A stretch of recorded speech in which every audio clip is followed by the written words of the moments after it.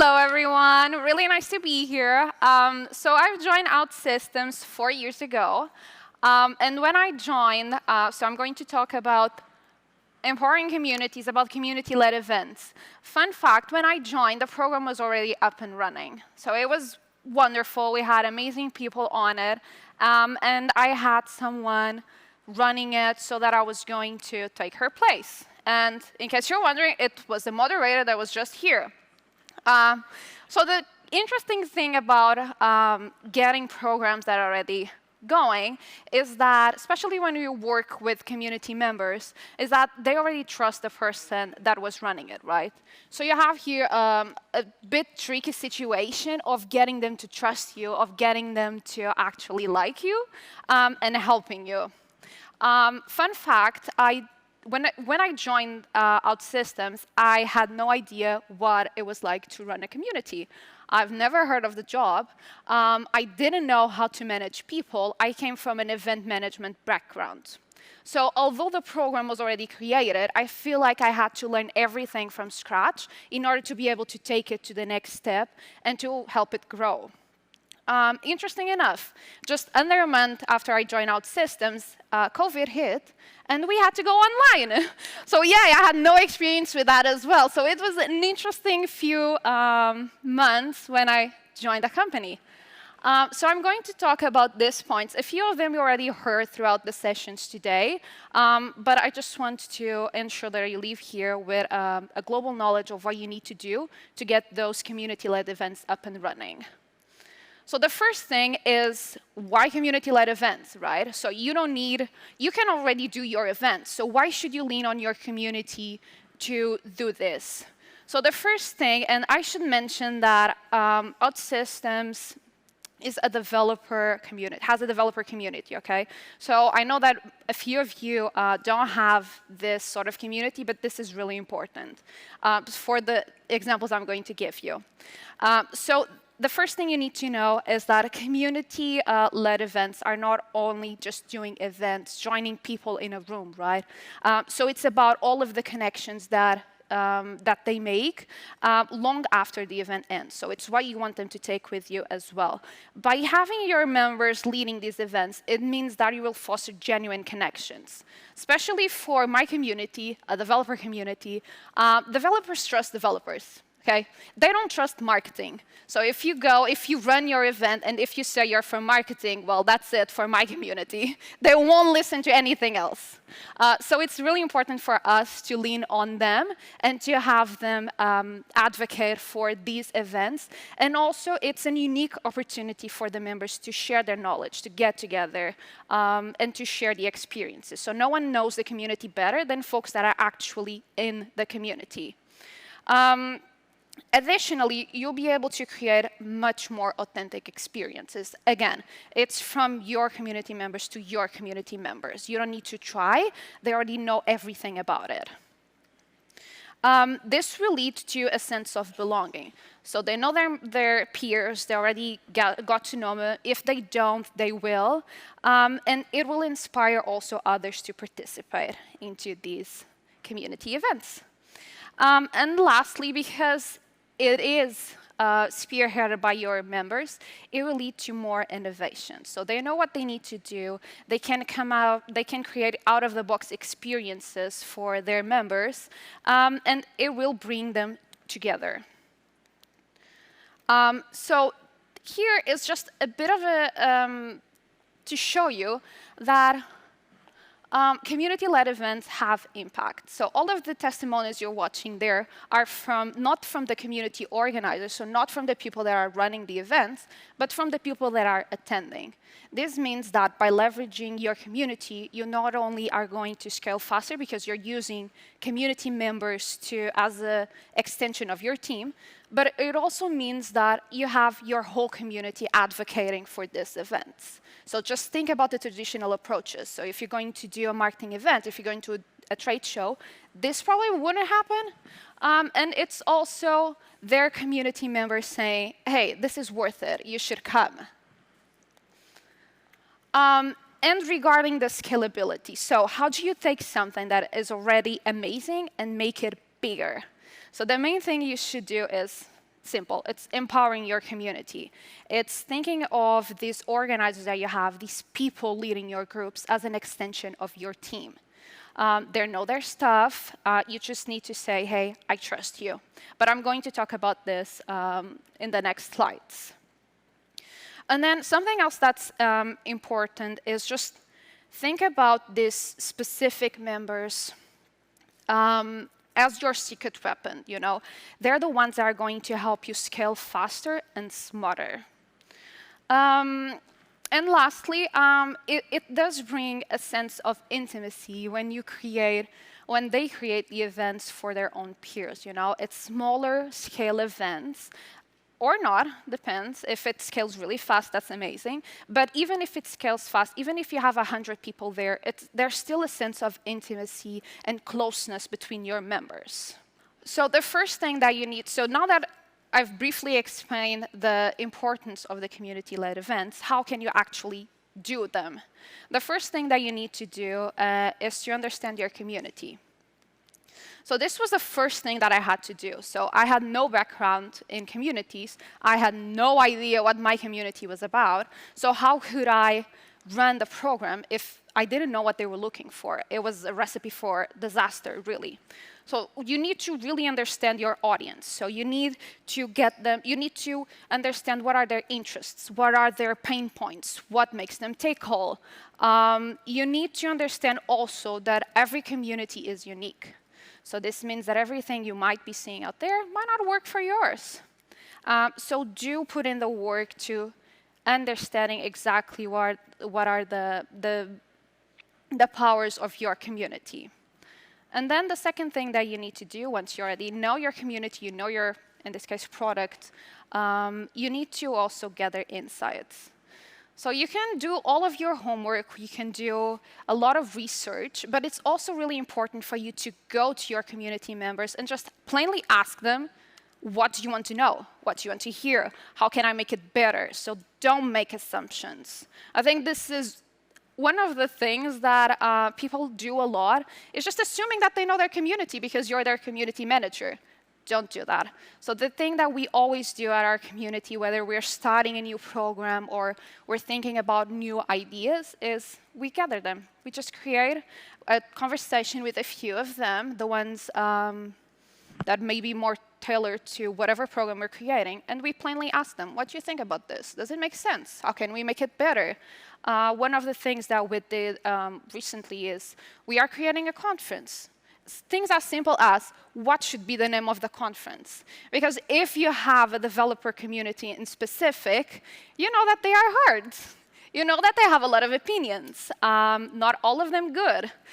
So it's important to also get their validation. So surveys, people, go to colleagues, go to other community managers out there and just ask for their opinions. Then, and only after you really know your community, you already talk with them, you should look into what other successful communities are doing. Because as I did mention, not all communities are the same. So whatever works for a specific community might not work for yours. We see a lot of people doing really special events with really cool formats, and then you try it, and it doesn't work. So take it with a grain of salt, okay? So look what others are doing, talk with the community managers, and then always adapt that program to your own community, to your members. Then you need to, how do you take your events, or your community-led events, if you don't know who to reach out to? Like, who is driving your events? Do you already have a pool of people that you think could do this? So the first thing you need to do is really to identify the community organizers. So on the panel before, they were talking about super users. So if you already have those people identified, reach out to them. Ask them if they would be willing to run the program. Ask them if, even if they don't want to commit in the long term, they can do it shortly for the first few events until you find someone to lead that specific chapter, okay? At OutSystems, we do mostly location-based chapters. So we just go to our super users, or we go to customer success managers or to partners, success managers, and we ask them, hey, do you have someone that could be interested in leading the events? Do you have someone that knows the platform better than anyone else or that is willing to do it? That usually works. Okay? Usually we do find people. If we don't, we just do something a bit broader and shoot out an email or a campaign and ask directly to the community, hey, are you interested in doing it? We would really appreciate if you could help us. Then the second thing you need to do is empower your members.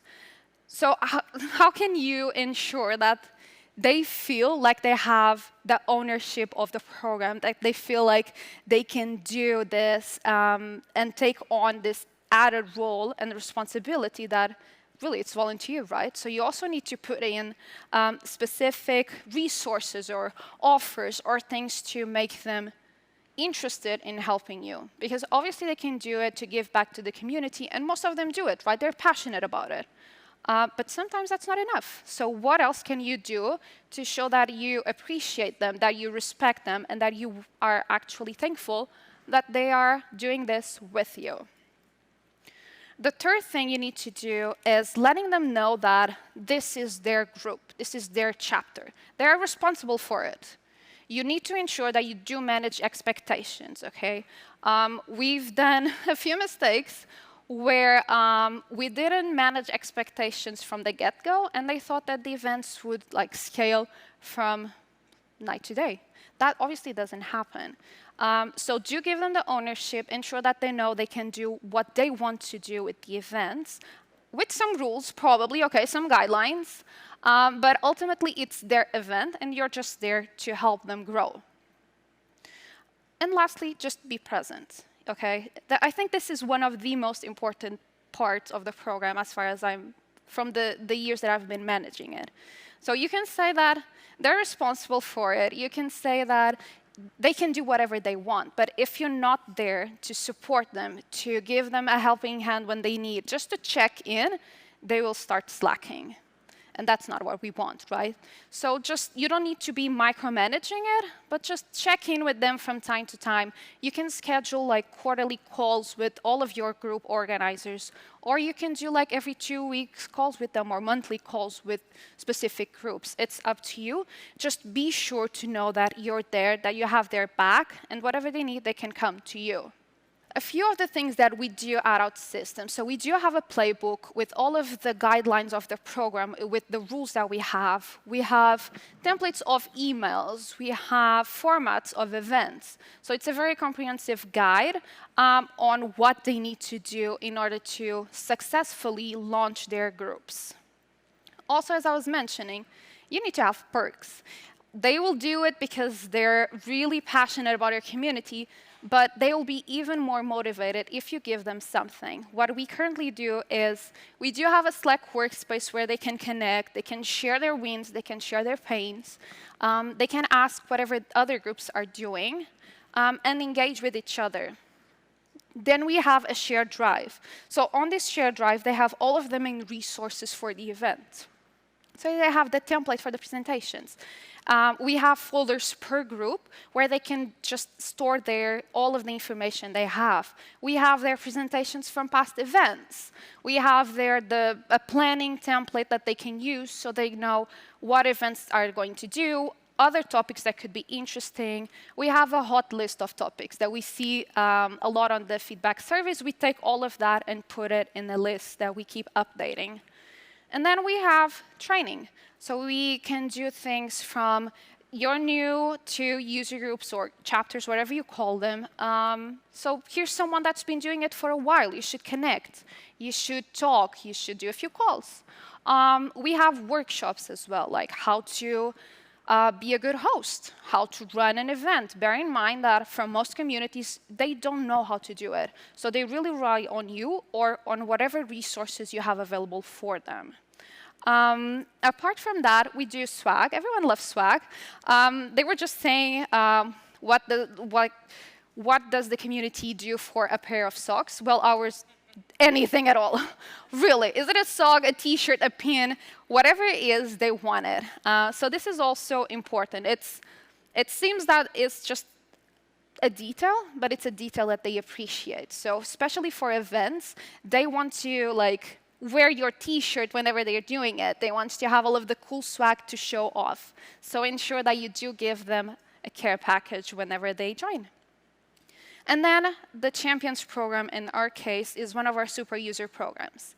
So if they do 2 events in this case, if they're successful in building their communities, they will be eligible to join the program. And within the program, they have access to a lot of other perks, like meeting with product teams, having access to special information, getting vouchers for certifications. So it's something that they're really passionate about, and all of them want to join the program. So these are a few of the things we do at OutSystems, and for us, it works really well. And now that you've identified your leaders, you already know what are the community events, how do you actually create the engaging events? So we do it in 4 steps. So the first one is we brainstorm events ideas together.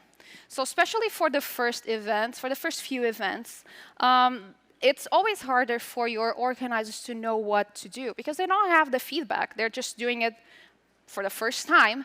And another curious thing is that, especially with location-based chapters, the chapter, from instance, from Portugal is quite different from the chapter of France. Like the level, the maturity of the community is different. The number of people we have in the country is different. So again, what works for a specific chapter might not work for the other. So just get together with them, get as many data as you can on that specific location, in our case, or topic, and help them create the event. You can even have like a template, a format for a first event. That's really simple, but it's fine, okay? It's the first event, it's just to get it going, and then afterwards you can take all of that feedback and then implement it. The second thing you need to do is choose the right format and platform. So are you going to do the event online? Are you going to do it in person? Are you going to do a hybrid? How are you going to manage it? This is really important. For a few of our groups, for instance, just to give you an idea, for the first events that they do, they prefer to do it online because they don't know the community. So they are still understanding if they would even be interested in attending this sort of events. So they choose to do the first like 2 or 3 events online, grow the community, and then only after that go to in-person. And then we have other communities that do the opposite. They just want to go to in-person. So it's really important to understand your audience, to understand what they would like to do in that specific location. And if you don't know, if you cannot find out, just test it. Go for it. And then the second part is really incorporating interactive elements. So as you saw this morning during the keynote, you saw that you had like the purple flags on the table, you had Slido in all of the presentations here. So those are a few examples of things that you can do to make them more engaging. So it's really important to not forget that you not only have to nurture your community leaders, but you also have to nurture the community that actually attends the events if you want them to keep coming back. So be engaging, ask questions, try to involve them, do maybe breakouts, hackathons, whatever works for your community, and don't be afraid of testing, okay? So if your organizers are afraid, just tell them like to do it. It's fine. You'll take it, you'll learn from it, and then you'll get better.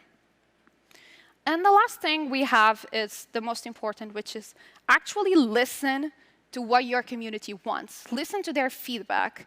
Again, don't make assumptions. Just take everything you have and learn from it. If you see, one of the things that we've noticed is that we don't get a lot of feedback. Even if we ask for it, you don't get that much of feedback. So one of the things we started doing was like raffling a pair of socks, a swag, out of everyone that attended, that answered the feedback survey. And when we started doing that, boy, we started having a lot of answers, okay? Because again, the community does a lot to get just a pair of socks. And then now that you have your format, the event that you're thinking, how can you ensure that you actually have participation? And this is one of the hardest parts that you can do, right? Because you can have the perfect event, and then only 2 people show up. And that's something that maybe you cannot control, but there are definitely things that you can do in order to prevent it. So the first thing is promote the events within the community. This seems obvious, right? But it's important to do it. If you have forums, go there. If you have Discord, Slack, whatever platforms you have to engage with your community, just promote the event as much as you can. You should also leverage your user group organizers because they are local, they have the networks, so ensure that they are also promoting the events. And you can also reach out to your own colleagues at your company and just ask them to share with the accounts that they have shared on LinkedIn, shared on their social media. So all of this will bring a lot of reach for the event. And then the second part is encourage involvement. So remember when I was saying that you also have to nurture the people that are attending the event? Ask them if they want to talk at an event. Ask them if they want to be part of the group leadership. Ask them what they want to hear about at the next event. Just ask them questions and ensure that they are engaged. Also, get the rewards going. This will encourage them to attend, and also get your teams to attend. So from our community, which is developer community, the people that they usually like most to have at the events are product owners. They love it. So whenever we are able to get them to speak at the event, we see like a huge number of registrations. And it's really interesting. And on the feedback surveys that we send, they always say that they love having the chance to ask all of the questions that they wanted to your own colleagues. So this is quite interesting on the involvement. And it's also really important, in our case, to our product teams, to also get that connection with them, to understand what are their pain points, what's not working for them on the product that you have, and then eventually take all of the feedback and try to implement it. And then again, leverage the feedback. I cannot say this enough. Listen to your community. This is really important. If they feel that you're listening, if they feel that you're actually putting in the work and making changes, they will come. So ensure that you say this to all of the organizers that you are bringing in to just listen to the community. And then lastly, measure and analyze the engagement. So we already have plenty of platforms that do all of this for you. So it's just a matter of tracking all of the metrics that are relevant for you and for your company, and ensuring that whatever is not working, you try to solve it. Ensure that through all of these data, you can gain insights into what your attendees actually want. And then just keep improving. So this here is just an example of a LinkedIn post one of our colleagues did. So he was incentivizing the community to attend the event. Then we have obviously the dashboards, which have all of the data that you need, and you can create custom reports. And then the last one is us promoting internally within the company that the events are happening. One of the things that sometimes happens is that we're so focused on managing our own programs that we forget to tell our company, our colleagues, that this is happening. And they indeed can invite people, they can suggest speakers, they can suggest user group organizers or chapter organizers. So don't forget to actually do the bridge between your community and your company. Now, because I know that this is a lot, right? And I know that a lot of communities only have like 1 or 2 people running, well, pretty much everything. So it's not easy. So I just want to ensure that you know that especially with community-led events, they're an extension of your team. So do leverage them. Do leverage everything that you can, OK? And then it's important also, as I was telling you, to manage the expectations, right? So communities change so much from product, from demographics, from location, from everything. So it's important for you to really tailor everything that you do to match whatever your community wants. And then last thing is be flexible. Just be sure to adapt everything from event formats to strategies to how you engage with your community. Be flexible. This is really important, OK? And experiment. Really try anything that you see that could work for your community and see if it sticks. If it doesn't, that's fine. That's lessons and learnings that you can take, but don't be afraid to test it. So just a quick recap, because I think that it was a lot of information, and there were a lot more things that we could that I could have said, but just a quick recap. So the first thing you need to do is really engage with your community, OK? Talk to them, understand what they want, and ensure that they feel heard. Then leverage your super users. A lot of the communities already have programs in place for this. Just start there. And then build a strong foundation. You really need to ensure that your program aligns with your company goals. If you don't do this, then probably the program will not be successful. And then stay engaged and stay flexible. As I was just mentioning, this is quite important. Test everything that you want, but don't be afraid to adapt. And lastly, just keep improving. Hear all of the feedback, hear all of the things. And yeah, that's it for me. Now, any questions? I know that we have Slido, so asking if they can put it here in case you have any questions. If not, you can just say it out loud. OK, so the first question, does someone internal always attend community-led events? If so, what do you do when they want to step in, but also want them to feel ownership in the moment? So the answer is no. We don't have always internal people attending the events. Again, this is a community-led event, so we don't need to always have someone from our company there. It's important that from time to time they actually be there, because it gives them the confidence that the group is official. It gives them the confidence that we care about the group. What are the best metrics to show the business the value of the chapter program?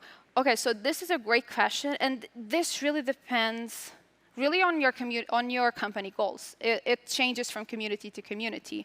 On our case, we do things from the number of attendees, the number of registered people, the level of satisfaction, the number of feedback survey answers we have, the number of people coming into our website, the number of accounts coming as well. Are they from customers? Are they from partners? Do we have any possibility of expansion? So we have a lot of things that make sense. It's just a matter of identifying whatever makes most sense to your own community. What is the biggest blocker to getting community members to own a chapter? I think that it's time, really. So this is not their job, right? They already have something going on. For us, it's really ensuring that they know how many hours they need to put in, that they know they are not doing it alone. Whenever we hear someone say, this is great, I would love to do it, but I cannot do it alone. It's a lot of work. So whenever you have these sort of questions, you always try to find them co-organizers. So let's divide the work. Let's try to compromise. Say, OK, we'll do the first few events on your own. However, the community manager will be here to help you. You won't do alone. And then after the first few events, whenever you're doing it, you'll try to find them a co-organizer. Usually, we do like from 1 to 4. And we limit at 4, because anything bigger than that, and it's just confusing, a lot of opinions, and it won't go well. How do you incentivize users to give feedback without influencing them? My team is afraid that users will give us good feedback because that's what we want to hear. OK, that's good. We never had the issue. Especially with our community, we have developers. So in case you don't know what that means, it means that they are not afraid of giving you all of the bad feedback, and they love to do it. They're the first one, so we don't have the issue. But one of the things that we tested was, so in one of our events during COVID, we live and we learn, we said, we will give a swag kit to the first 10 people to answer the feedback survey. As soon as we did this, we saw that the first 10 answers were not good at all. Because everything was perfect, everything was incredible, and they didn't fill in any other fields. They just said what we wanted, whatever was easiest for them to actually get the swag. So what we did in that moment was, instead of telling them, OK, the first 10, we just do a raffle. We say, out of everyone that answers the feedback survey, we will give it 1, 2, 3 swag kits. And this way, you're ensuring that they are not doing it just because of it. And the answers are actually true, because, I mean, why would they lie? Do you cover the cost for community-led events? Well, this is a really good question. So yes, we do. So we do have budget allocated for our community-led events, just because we have 2 rules in our community, in our program. So the first rule is that there are no commercial purposes to these events. And this means that if we were to have sponsors at the events, they would definitely try and sell their products. And again, with developers, anything that's marketing does not stick. This means that our community would, everything that we have been building would go down the drain. This would not work. And the other one is that we don't have, so they're not allowed to hire during these events. So we've seen that whenever we had partners coming to the events and trying to hire people, they would be actually trying to poach, and then that would destroy the events, and folks would actually not attend because they didn't want to be poached. They didn't have any interest in all of those conversations, and also they wouldn't have, their bosses would not allow them to come. So bear that in mind. And I ran out of time. So I saw that there were a lot of other questions, so feel free to come to me afterwards and ask all of the questions away. I'm more than happy to answer them. Thank you.